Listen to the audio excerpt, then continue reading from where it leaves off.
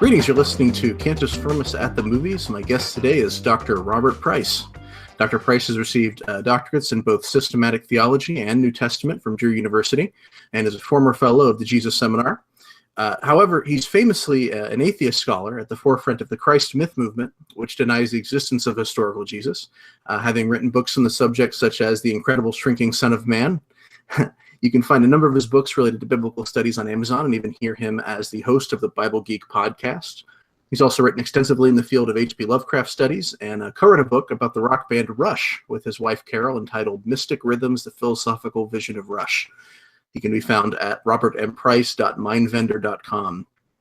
Amazingly, we aren't talking about any of those fascinating topics today, but about the 1999 film The Matrix. But before we do that, it might be interesting to talk to you a little bit, Dr. Price, about kind of your own background. And so, you spent, quite a bit of time in theological studies. Is it my understanding that when you started that process, you were a Christian, and then that there was a shift that happened? Yeah, I guess I got converted. My parents always had gone to a Southern Baptist church in Mississippi where I was born. And so I grew up just believing in it. They weren't really militant or enthusiastic evangelicals, because Southern Baptist religion is sort of the ingrained culture religion down there. And but I certainly believed in Jesus and God, etc. I had no real thought of theology, what any of it meant, but I figured they were real. Then I moved to New Jersey, went to a conservative Baptist Association church, and they were more militant. And I had a great youth through their youth programs. And it was, being that I was like an archetypal nerd, that was a better place for me to find acceptance than the typical drug-crazed degenerates in junior high and high school. I really had nothing in common with them. I witnessed to them, but I really belonged at church and just had a great time. It was sort of like teenagers good teenagers in the 50s. It was like good, clean fun, and it really was fun. And my faith did mean a whole lot to me. And the study of the Bible was real important right off the bat. And the more I got into it, the more I wanted to understand it. One afternoon, we had some kind of a film, I don't know, moody science film or one of these things. I guess I was in late junior high when I saw this, and they went through the standard thing about Papias and Irenaeus and the evidence that Jesus existed and rose from the dead. And I thought, wow, I had no idea you could virtually prove this. And that planted the seed. And by the time I was in college, I was really interested in apologetics. I loved F.F. Bruce and John Warwick Montgomery especially, and J.N.D. Anderson, Josh McDowell to a slightly lesser degree, I guess, since he was unoriginal. But and decades later, when I began to read a newer crop of apologists, I was amazed that there was really nothing new. They were just slinging the same old hash, almost like a ritual repetition of the same old arguments. But at any rate, the more I got into apologetics, it had the opposite effect. On the one hand, I realized that it was all probability, that if you had to offer arguments in favor of a position, it meant that it was really up for debate and not as certain as I had taken for granted it was. And so the very process of defending it tended to undermine my taken for granted faith in it. I felt like I couldn't offer arguments that Jesus rose from the dead if I myself were not convinced of them. I would try to take the position of the unbeliever I'd be talking to, and I did talk to plenty of them, and I'd say, would this really convince me if I weren't already in the fold? And after a while, the more I read on into the beginning of Gordon Conwell Theological Seminary, I felt betrayed that a lot of these arguments on which I had placed so much weight just didn't hold water. And I thought, well, I've just been getting the spin. And then I just determined that evangelicalism just wasn't for me. The subculture was stifling, and I decided to check out other theologians, the ones I'd been told were all wrong and go into hell, Bultmann, Tillich, loads of other ones, and that was endlessly fascinating. But I continue to read conservative theologians. I loved Clark Pinnock, for instance, and eventually became friends with him. So I guess I loved Schleiermacher, Tillich, and all these liberal theologians. And finally, I decided that I believed there was some kind of philosophically conceived ultimate being, but in terms of whether miracles had ever occurred, I figured there's no way to know that. And so I'm agnostic about that. And I eventually found a church. This is after I got out of, after I graduated Gordon Conwell with Billy Graham as our commencement speaker. That was great. I started going to church with this very unique pastor who was really into the New Testament and Kierkegaard and all sorts of stuff, just fascinating. And I finished my first doctorate around that time, and my wife and I moved to North Carolina, where I started teaching, and I started going to the Episcopal Church. I loved the liturgy and all that. I was still kind of, I guess, rationalistic and vague in my theology.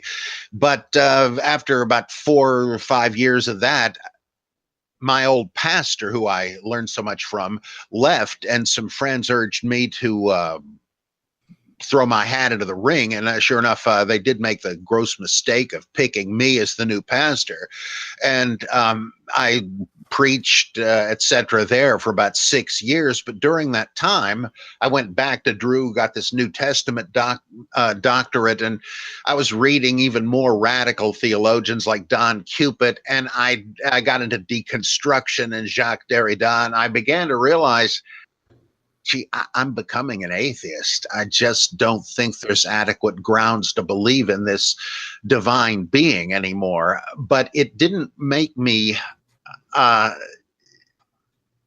dismiss religion or theology. I never came to the point of agreeing with Richard Dawkins that theology is just a field without a subject and it's just silly nonsense. I thought, no, you wouldn't say that if you really knew anything about it. And it's like the history of philosophy. It's fascinating to see what all these thinkers thought and how they understood it, even if you don't happen to agree with this one or that one. So I've always had love and respect for theology, and especially for the Bible. And I mentioned how as soon as I accepted Christ and all that, I dived into the Bible. Well, my interest in the Bible outlived my faith in Christ and Christianity. Still loved that, but just couldn't believe it was true anymore. Well, this hunger to understand the Bible led to my reading all kinds of biblical critics and commentaries and monographs and all that, culminating in the PhD in New Testament. And I still remain just totally interested in that. And I can't hate it or just debunk it. I did an article once called "Is the Bible Mein Kampf?" refuting the total negativism that a lot of atheists have. So I'm still, like Tillich once said, on the boundary. I do not feel I'm an enemy of Christianity. I guess I'm sort of a respectful dissenter.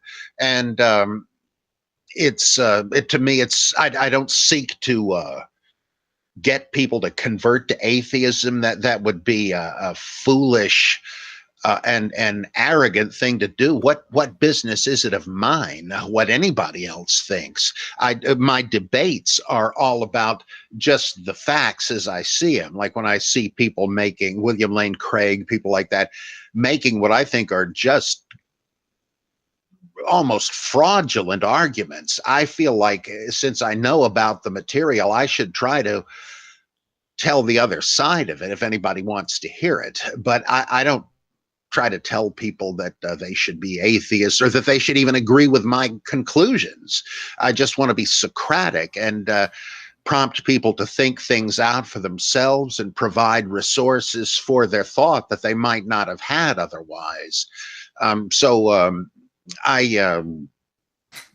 a little hard to categorize, luckily. I don't like the labels. I even sort of hate to use the term atheist because I'm not a political leftist nut like most of them are. I don't hate religion or religious people, so I don't really want to be identified with that. And I prefer to say I'm a free thinker or a non-theist, but I really haven't found a good movement to be identified with.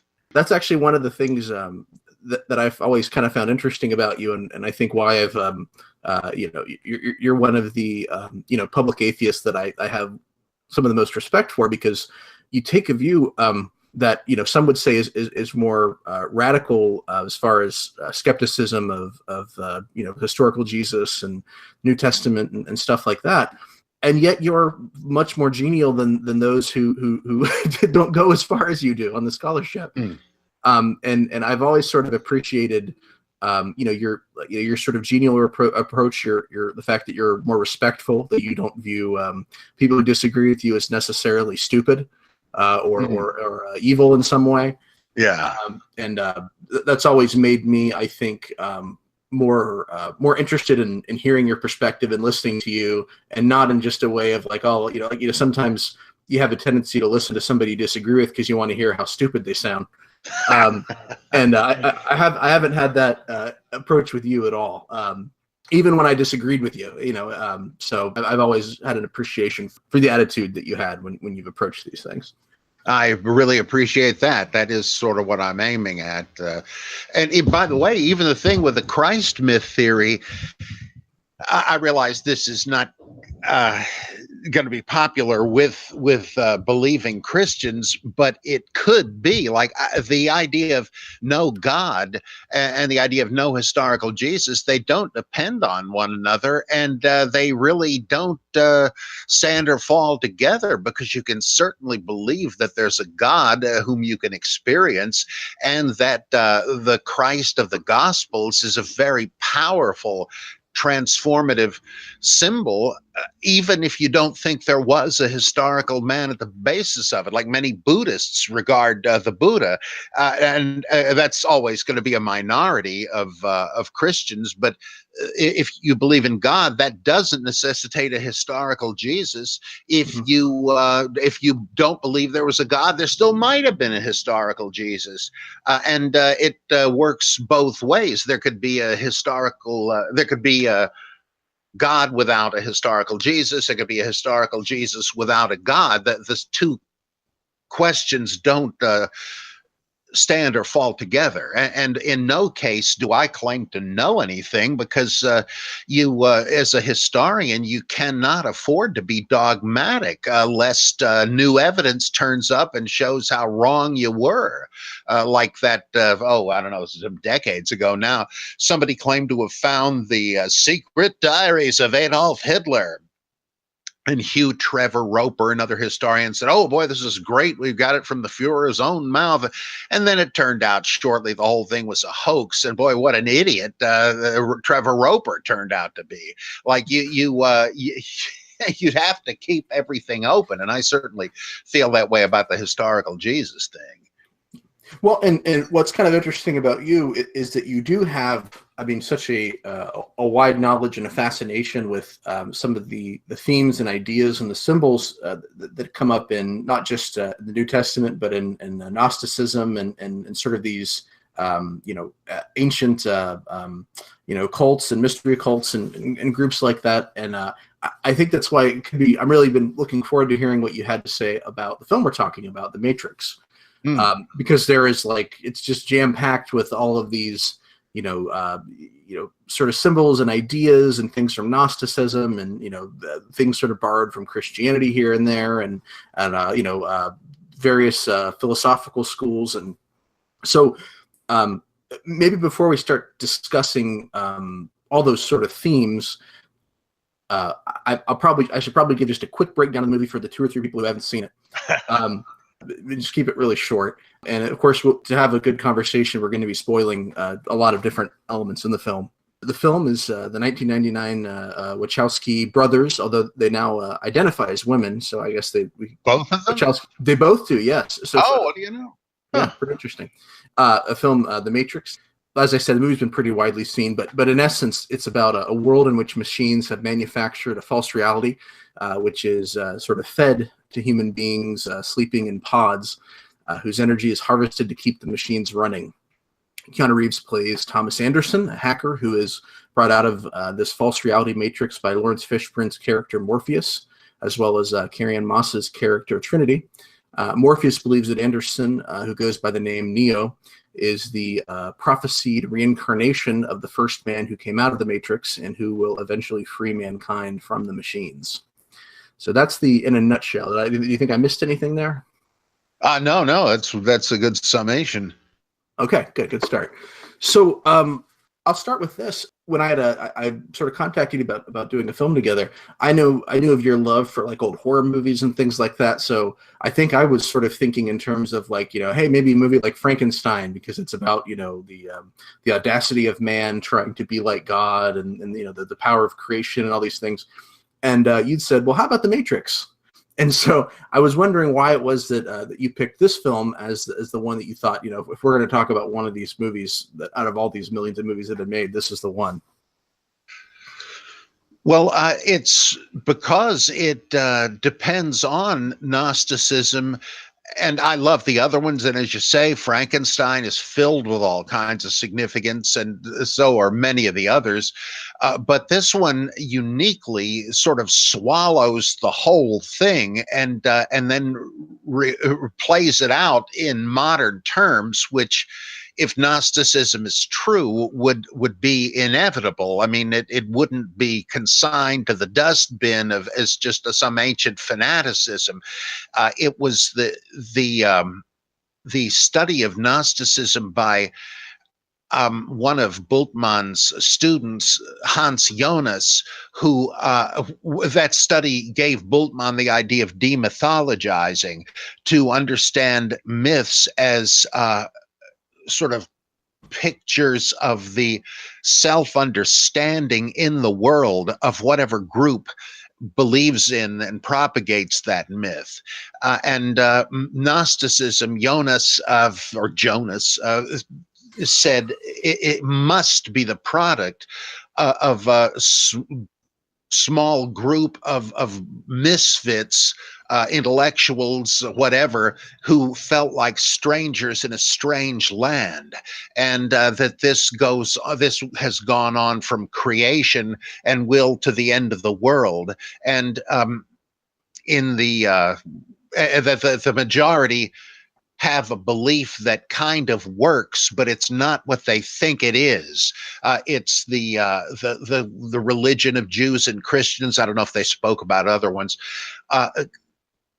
Inculcates morality and creates good people, but as it gives them laws to live by and so on.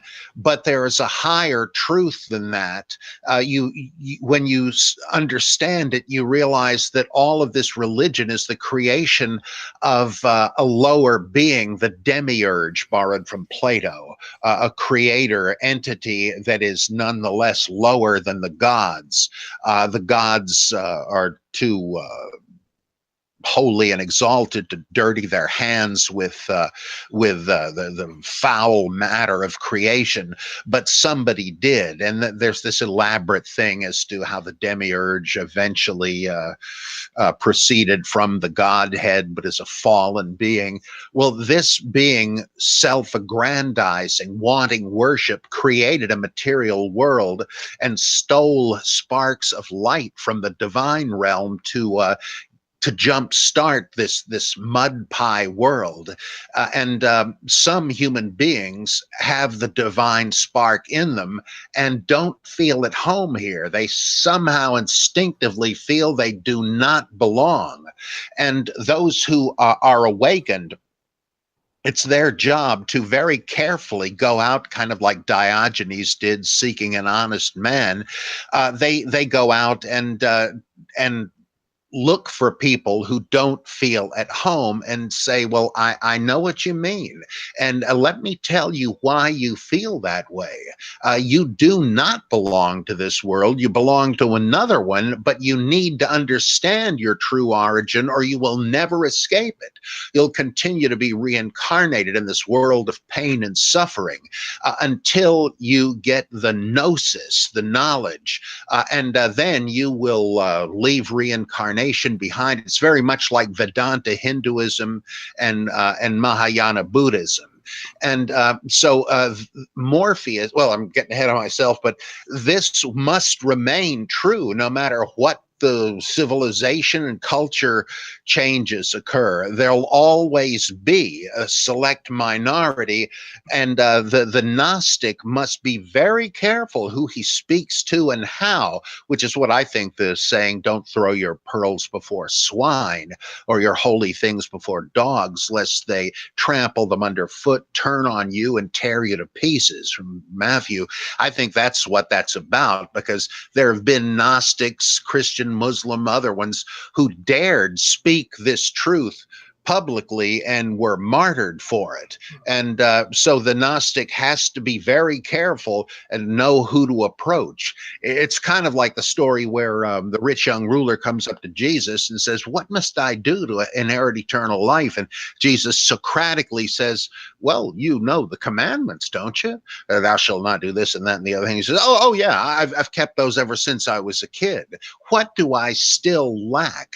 And Jesus in Matthew says he looked upon him and loved him and said, if you would be perfect, sell all you own, give it to the poor, come and follow me. Well, that's kind of like the Gnostic. You see, there's something else. Well, I got it. Here it is. It's the red pill. And after that, you're not going to feel any more at home in this fallen world. But at least you don't have to stay here forever, and you can perhaps give the red pill of gnosis to others. That's going to be prevalent as long as the world exists, and it will exist until the final divine sparks are liberated from their imprisonment, and then the world collapses into its swampy origin, and the righteous, the Gnostics and others are saved or rejoined with the divine realm and with the unknown Father. So it's easy to get the Gnostic message through, even in this 90s world of the Matrix with the computers and all of that stuff. And these guys, the Wachowskis, definitely knew about Gnosticism. It's not just a spontaneous parallel. Mm-hmm. I think you would see maybe more parallels between Gnosticism and biblical or New Testament kind of Christianity than I would, but there are certainly still some that are there that you can apply to both. I think it was kind of interesting watching the scene where Neo is sort of shot out of the pod, and he's like reborn, because the pod is like almost like this womb with like this amniotic fluid. And this notion too that people are resistant to it. It made me think of the Pharisees who claimed that they could see but were actually blind. So there is this sort of notion of I think it's perhaps not quite as, in my view, the New Testament view is not quite so elitist. It's not quite as knowledge based necessarily, but there is something that has to be perceived or accepted, and that is something that could be difficult or challenging to do so. But what's kind of interesting to me is this notion of knowledge, or gnosis. Does it make one unhappy? Like, Cypher, he's the character who's the kind of the turncoat who makes a deal with the machines in order to get back to the Matrix, because he's so unhappy living in the real world. Why didn't I take the blue pill? He says, ignorance is bliss. But it kind of made me think of a story, a short story by W.B. Du Bois, of The Coming of John, which was about two men in the South in the maybe 1890s or early 1900s. One black, one white, both named John, and they go off to school and they learn all these new things. And the white man comes back and he's perfectly at home with all this knowledge, but the black man comes back and the knowledge has made him unhappy. He's miserable because he sees the world for what it really is. And I think his sister asks him, all these things you've learned at school, they've made you unhappy. And he says, yes. And she says, well, do you wish that you had never learned them? And he pauses and he says, well, no, I'm glad that I learned them. Yeah. But there's this notion, I think that, I guess what I'm wondering is, as somebody who identifies as, somewhat of an intellectual, and I think who feels often, to be honest, sort of lonely in that experience. There's not that many people to talk to or who you can identify with or connect with. I get it, but on the other hand, I wonder if there's a part of it that's sort of pseudo-intellectual elitism, that there may be people watching the movie who think of themselves as above everybody else, and that's why they feel it's this burden of being so brilliant. So I don't know. It comes off, I think, at times like it could be very demeaning. It makes me think of the way some atheists talk about their atheism as something which has, we're the brave ones because we're willing to see the world for the way it really is. Well, remember when Richard Dawkins and Dennett and these other guys embraced this label of the brights. Oh gosh, yeah. I wrote into Free Inquiry, which I write for some time, and I said, if any atheist or humanist group actually embraces this, I'm quitting, because it is so arrogant. And they tried to say, oh no, we're not saying other people are not bright. Get out of here. Of course you are. And in Gnosticism, they were described by their enemies as being arrogant elitists, and no doubts some were. I mean, you almost couldn't have a doctrine like this without some people taking it that way. But I tend to think of it as more properly understood as sort of like the Buddhist bodhisattvas, those who have attained a higher level and therefore, as in Philippians 2, have subjected themselves to the suffering of the world when rightly they don't have to, but they do it for the sake of others to try to help them climb the same mountain. And I love the passage in the Gospel of John where Jesus says to his critics, no, I'm sorry, no, it's their meeting in session without him there, and somebody says, well, he has something going for him, and one of the Pharisees says, this multitude that knoweth not the law is accursed. I figure that is the red light that ought to be going off in people's brains when they start feeling, these scum, these fools. It just shows you're not as enlightened as you think you are. And if you were, you would know, you would have compassion as you would as a parent for your children. I mean, some of the stupid things they do are because they are children. They don't know any better yet. So what are you going to do? Just despise their so-called stupidity? No, you're going to try to help them grow and foster their own development. And so I think that's the natural approach. And that's sort of tied in also with the parable of the sower, where Jesus says there are the 4 different types of soil. Some are responsive to the word that the Son of Man sows. What about the ones that are not? Why are they not? Well, one is perfectly pictured in Saviour. He believes the word, he's taken the red pill, but the cares of the world and the lusts of it and all that make the word unfruitful. He wishes he'd never heard it, and that's just what happens with Saviour. He wants that steak, he wants money and all of that. So he knows better, but would rather not know better. And one other thing about the elitism, when Jesus says at the end of it, the parable, whoever has ears to hear, let him hear. That sounds aristocratic, like some of you are on my level, but if you are, you'll get my wavelength here. The rest of you, good luck. Is that really elitism? As Bultmann says about the Gospel of John, this is a dualism of decision. It's trying to galvanize you into thinking, "Oh my gosh, suppose I'm like the thorny soil." This is a warning. It's only the elite that get it, but I can decide whether I will be among the elite. And so I think the elitism of it is really kind of a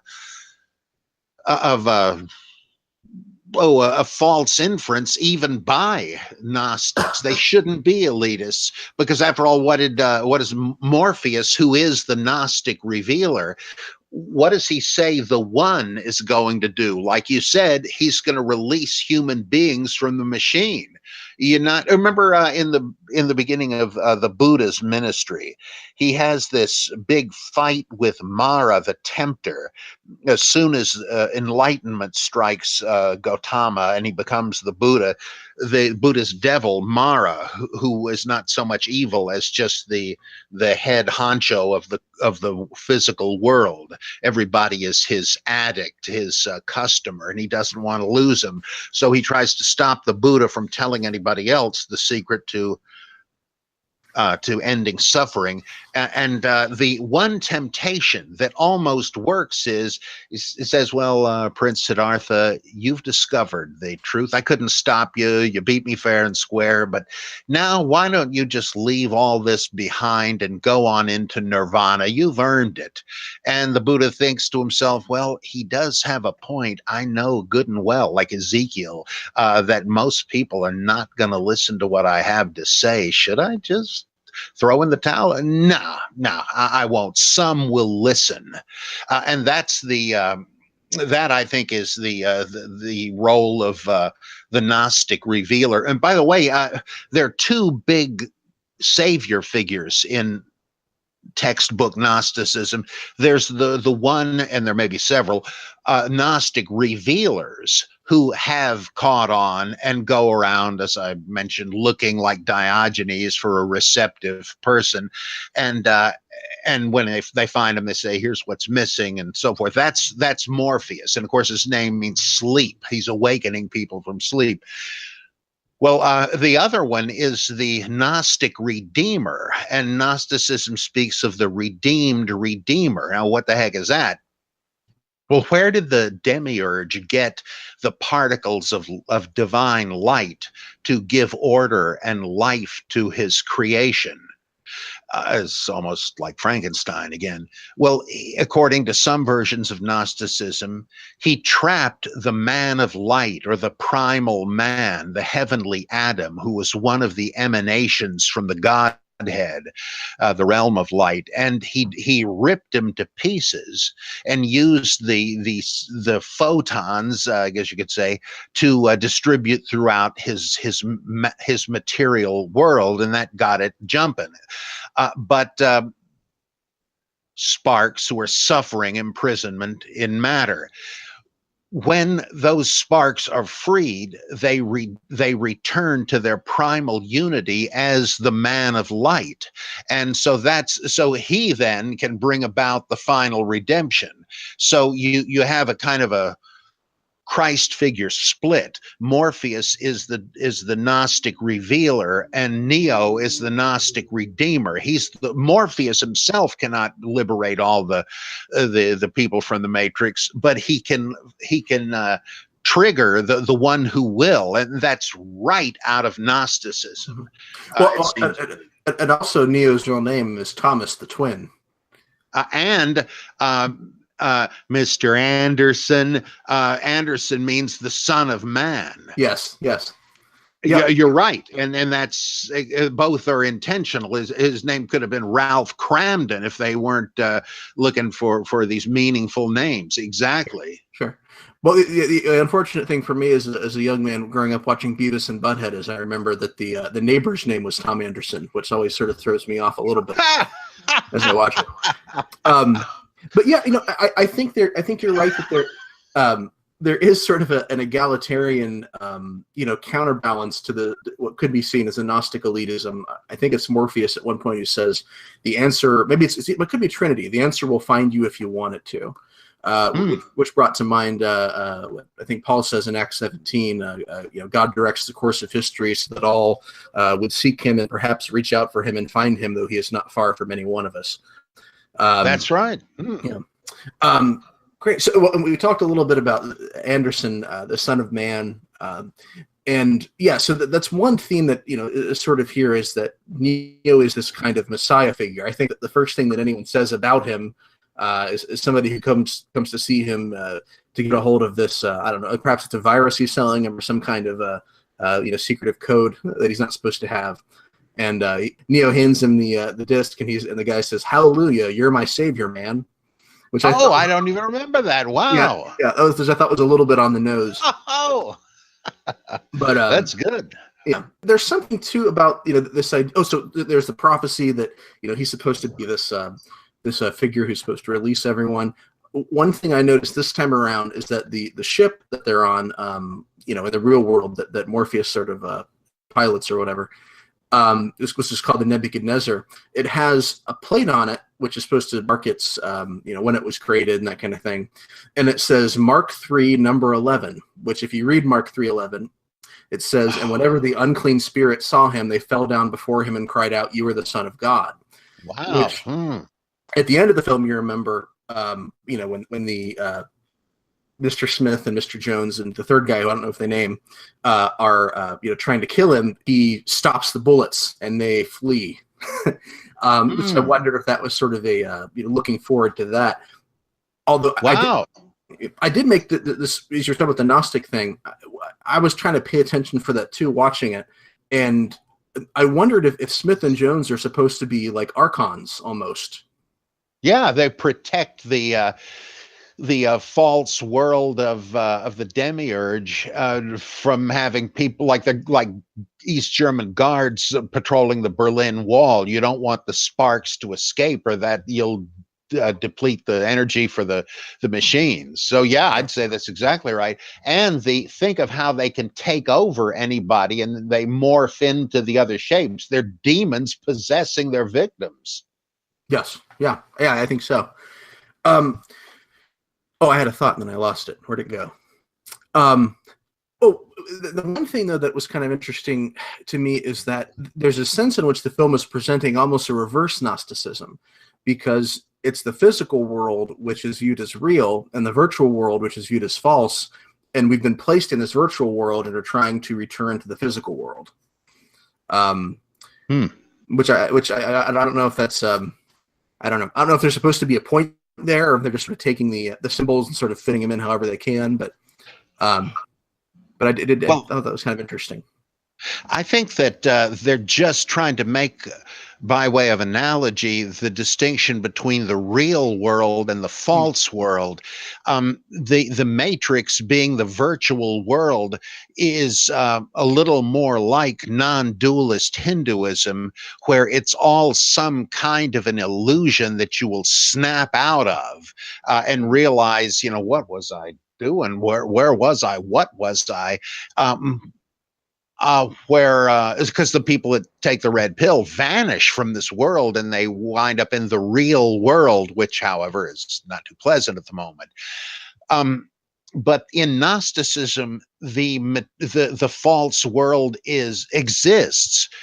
It's made of matter, but you're exactly right. The world of light is the real world, and it's like a plate. I think Gnosticism is, someone said, Platonism run riot. That it's the world of light, the world of reason and truth that is real, and the material world is merely a sloppy, transitory copy of it.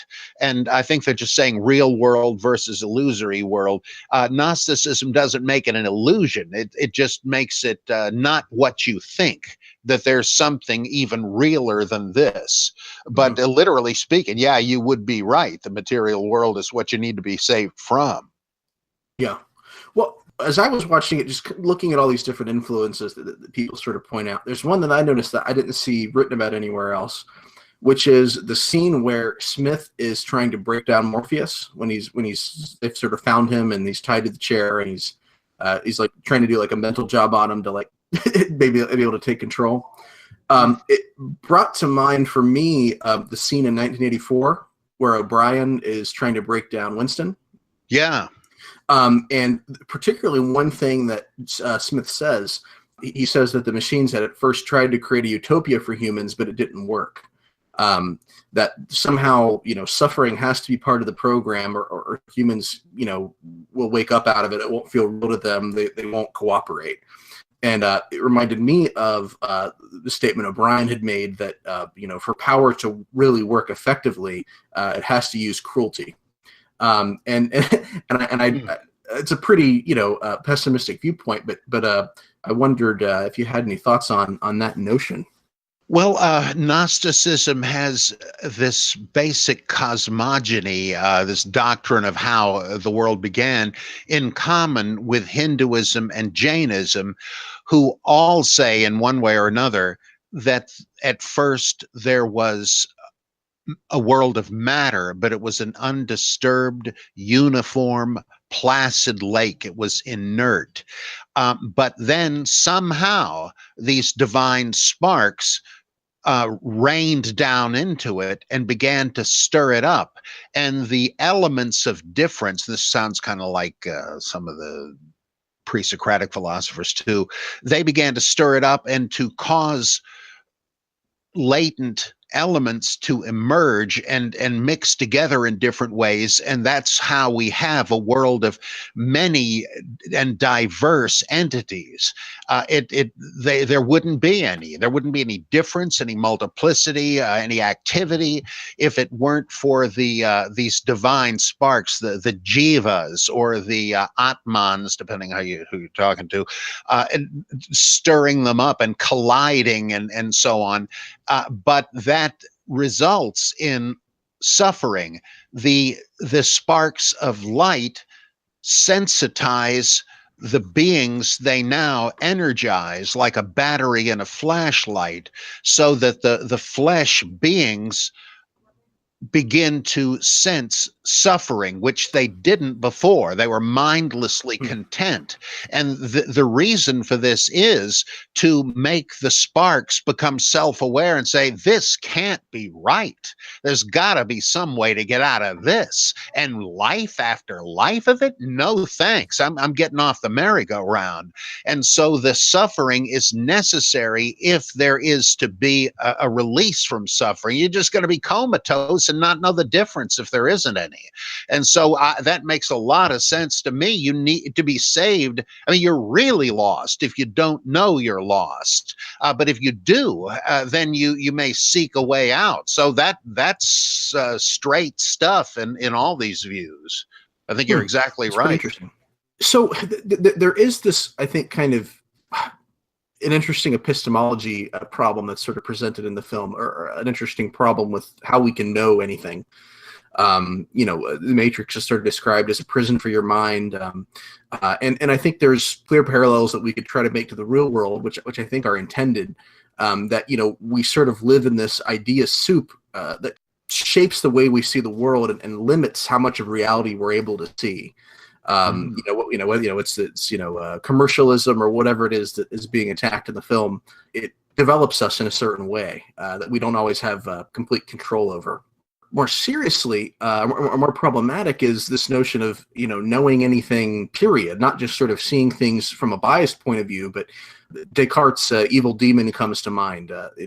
This idea that, how could you know that for sure that all of your thoughts are not being brought about by an evil demon who's warping your mind, or how do you know you're not a brain in a vat, or whatever the case may be?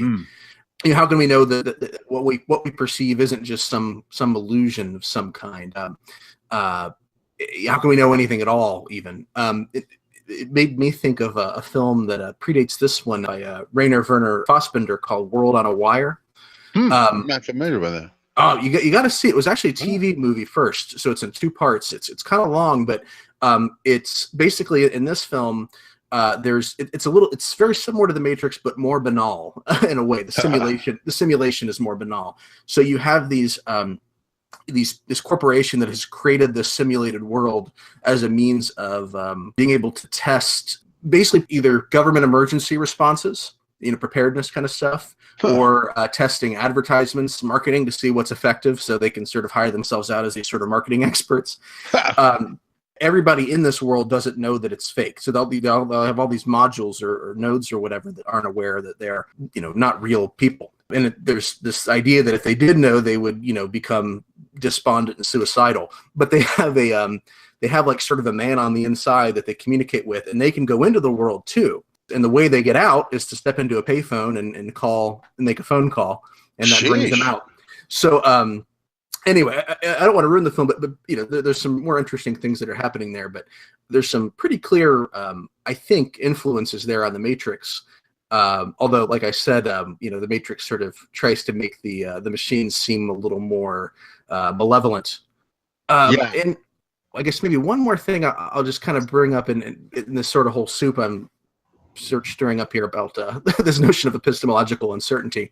And I don't want to go too far in this because I don't want to come off as I'm seeming demeaning or anything, but I think it's interesting that the filmmakers. I'm wondering if they're supposed to be, if the Matrix is sort of this way of thinking about the real world as being somehow illusory, or the physical world being somehow illusory. What's apparent is not always real, just because of the fact that both of the filmmakers, within the course of a number of years, both underwent sex changes and identified as the opposite gender. I'm wondering if there's maybe sort of an example of Matrix-like thinking of what you see isn't necessarily what you get. Yeah, and that you're fundamentally alienated from the material world in which you find yourself. My guess is that all the transgender business is what it used to be called body dysmorphic disorder, like people that feel like, this leg doesn't really seem to be mine. I think I'm going to see about getting it amputated, because there are plenty of people like that. I mean, relatively small, but nobody's going to have a social movement based on that, like the leg amputees lobby here. But I think it's the same thing, that I somehow don't feel male, so let me become a female, which you can't really do. And it seems to me that is a psychological disorder centered on fundamental alienation for whatever reason from the body you were born in. I mean, how much more you can you get? But no, I don't like it. I think it is part of this, and it also implies that this is unstable and changeable and not definitively real. So I'd agree with you. I do think this whole notion of, can we know anything at all is kind of a fascinating one. And I know that, a philosopher like Alvin Plantinga would argue that, given naturalism and evolution both being true, you could never know for sure that any of your thoughts were accurate or supposed to represent the real world, because, you were not intended to perceive the real world, but but there were forces that were based on propagation that sometimes might benefit from knowing the truth, but not necessarily, Right. Only as a secondary concern.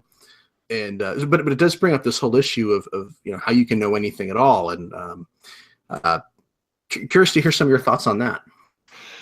Well, what Plantinga and others don't seem to be including in that is that some say that with the same sort of sociobiology, that people believe in God because there's survival value in it, regardless of whether that is true or not. In any case, all of these things are genetic fallacies.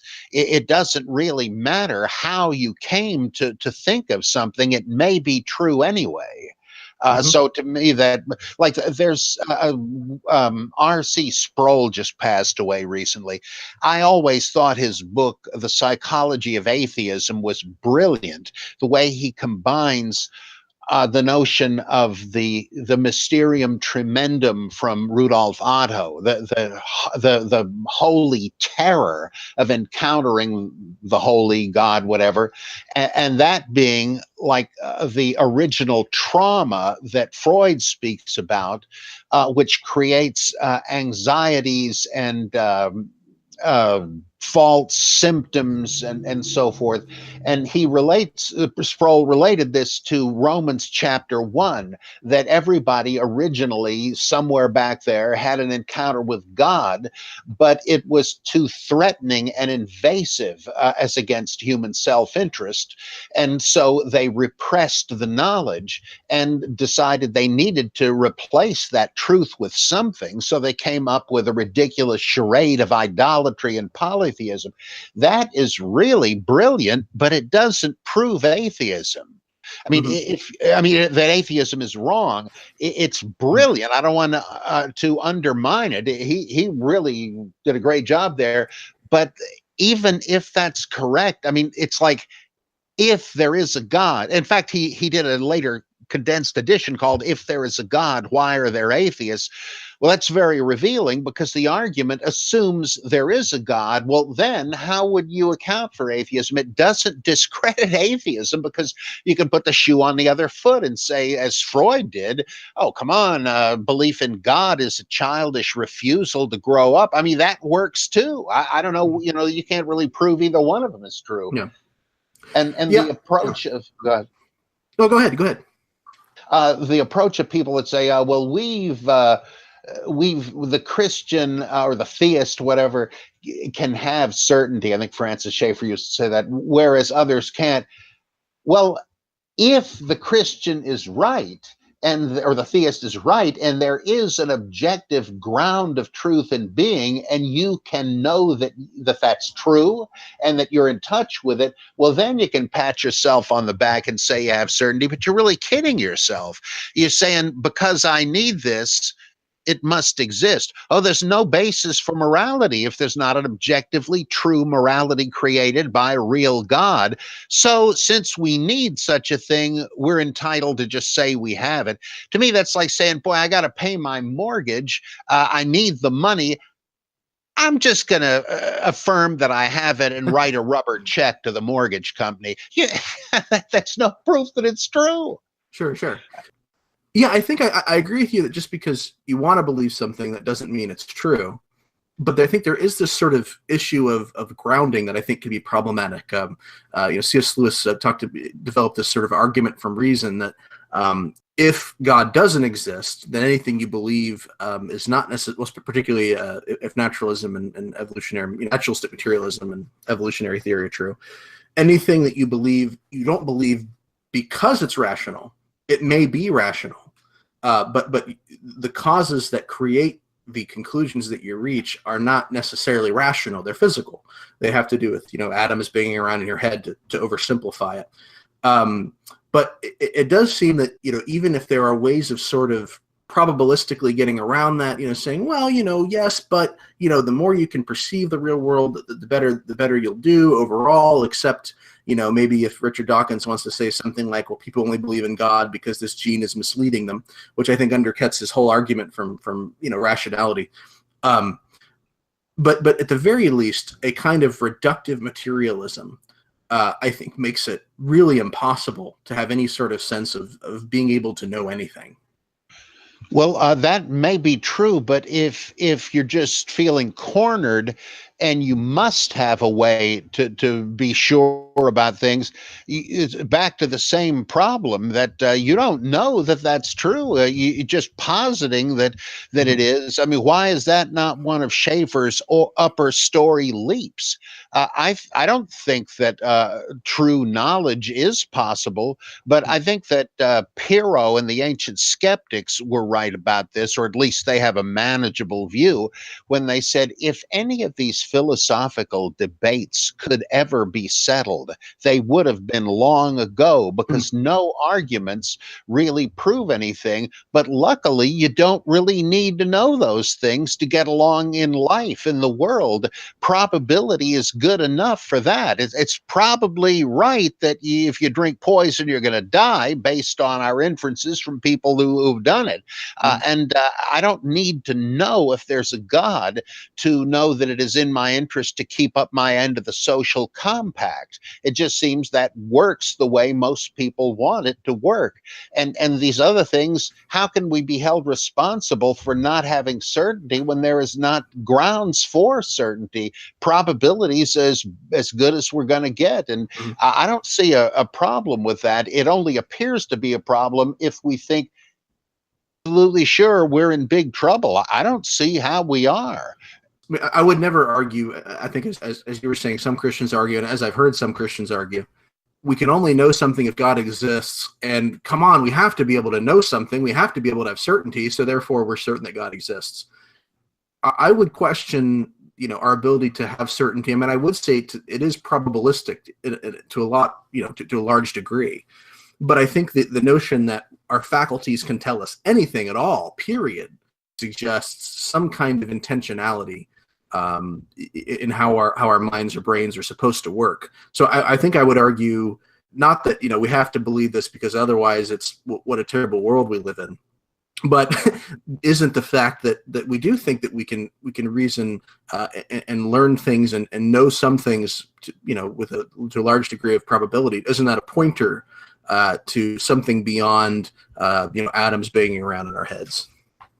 Well, I think Dawkins' view would be sufficient if you just say, well, there probably were people whose perceptions were wildly different, and they simply could not survive in the world. They are their descendants, and so they were weeded out. And though we may have, like Kant said, a certain array of logical functions of judgment and categories of perception, they don't necessarily tell us what the thing in itself is like, or even if there is one. But that's it's correct for the world we live in. Like Shankara says that the world is ultimately not like what we see, but we are in a state of avidya, equivalent to ignorance. We don't know the whole picture, but there appear to be rules of how to function in this world, though there is a more real one which you can attain by meditation. They say, I don't think Kant thought you could escape like what Kant called the categories of perception and the logical functions of judgment, or what Shankara called the upadis, the refracting conditions. We don't see the Brahman, the ultimate reality. We see things refracted and fragmented, but on that level, there is a system for how things work, and that includes religion. We need to pray to the gods and all that, but we can go beyond the gods by meditation. Now, it's like they're both saying, yeah, this isn't knowledge of the world we live in is not ultimately certain, and it may be misleading, but while we're in it, our faculties are sufficient to navigate within it. Whether there is something beyond it, who knows? Kant said, if I understand him right, we don't know. We never will know. Shankara said, well, we can know, but not rationally. We can know experientially. I kind of like, I would respect what Clark Pinnock used to say. He knew you can't know anything. He said that's why we have words like belief and faith. And well, what is the status of those things? He said, well, they're like working hypotheses. He says, I don't absolutely know there's a God or Jesus died for my sins, but this understanding of life and the world is so far is an admirable working hypothesis. It seems to work. As Schaeffer would say, it has empirical fit. I could be wrong, but this is the way I'm going, and it is by faith. So I think that's a consistent approach. It's interesting. Well, we should probably start wrapping up at this point. Is there anything else you wanted to discuss in the film that really stood out to you as something worth mentioning?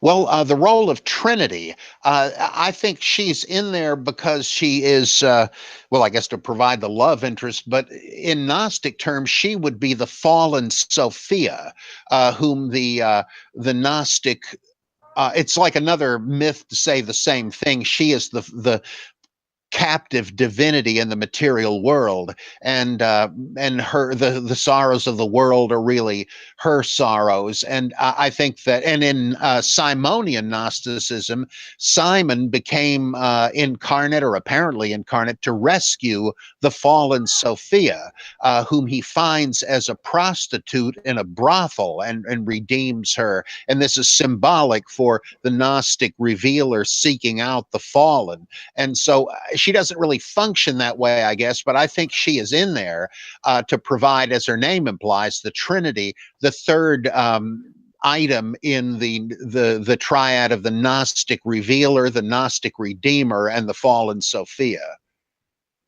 Wow, that's interesting. Wow. Well, Dr. Price, I really appreciate you taking the time to do this with me. It was a lot of fun. I Oh yeah. Knew you weren't going to disappoint me, and you'd have a lot of interesting things to say.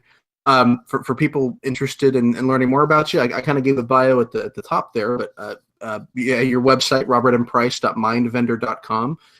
Anything else? Any projects you're working on? Anything people should check out? Well, my book, Holy Fable, Volume 2, The Gospels and Acts Undistorted by Faith, was just published, and it's available for about $20 on Amazon.